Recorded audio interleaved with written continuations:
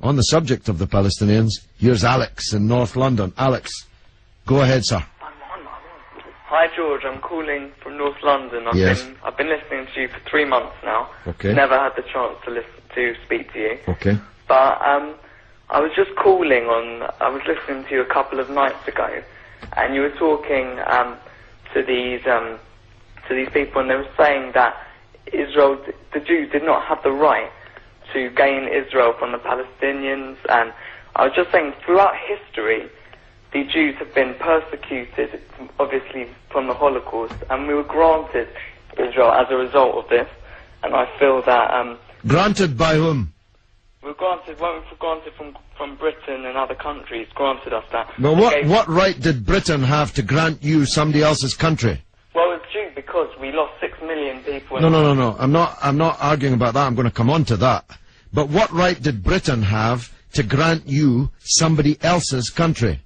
We had the right because we lost 6 million people and we did not have a home. Well, I'm going to ask you for a third time. What right did Britain have to grant you somebody else's country? Well, they didn't. Well, they were giving us the right because it was they were basically gave us because of the. But they gave you somebody else's country. That's the point I'm making, Alex. Can you deal with it? Yeah, but the Jews have also had to. They've dealt with this throughout history. Well, Alex, I don't know if you came on with a script and you can't deviate from it. Can you please answer that point? And we'll come to the Holocaust, and who was responsible for it, and who should have paid, and what they should have paid for it.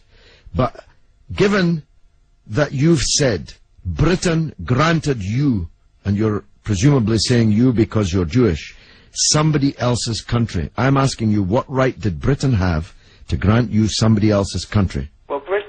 Britain, you could say they didn't have a right, but they came in and dealt with us and with the Jews having lost all these lives, and they basically granted us this land. Okay. Well, I see I'm getting nowhere on this, Alex, so let me deal with your overarching point. Maybe you're just not equipped to deal with the principal point that I have made.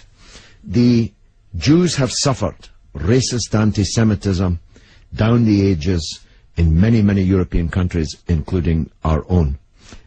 They were subject to regular discrimination at best, and pogrom and murder at most.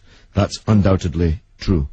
The one place in the entire world that Jews were neither discriminated against nor subject to pogrom was the Muslim world. In fact, so much was that the case that when Christianity came back to power in Spain, in Andalusia, in the western extent of the Islamic Empire, when the Muslims left, the Jews left with them, because they feared the Christian anti-Semitism which would be unleashed in the wake of the departure of the Islamic civilization in the West.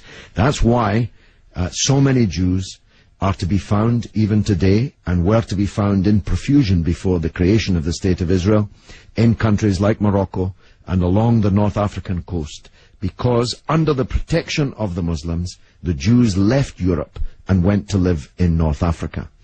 The Palestine that was wiped off the map when Britain granted you somebody else's country had Jews living side by side with Christians and Muslims for century upon century without the slightest trace of discrimination or violence or pogrom. So, what's happened is that Christian anti-Semitism in Europe, which massacred 6 million Jews in the greatest crime in human history, was paid for not by the Christian countries of Europe that either practiced or turned a blind eye to that anti-Semitism, but was paid by the very people who were completely innocent of that Holocaust, who had never persecuted the Jews, who had never pogromed the Jews.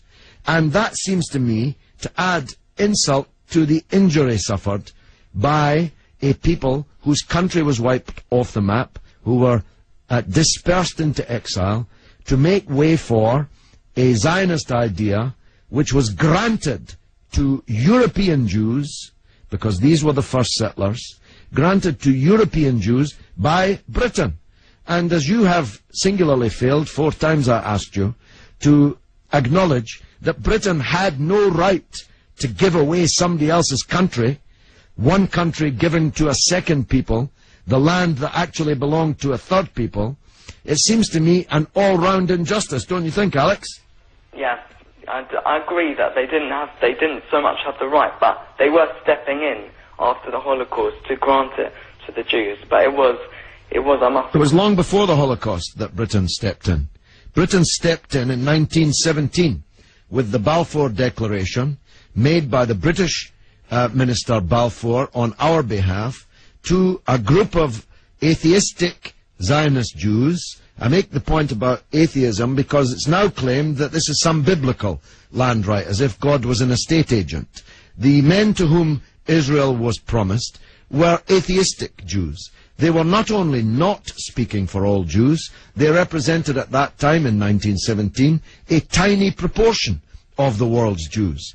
Most of the world's Jews supported communist or socialist parties and ideas at that time.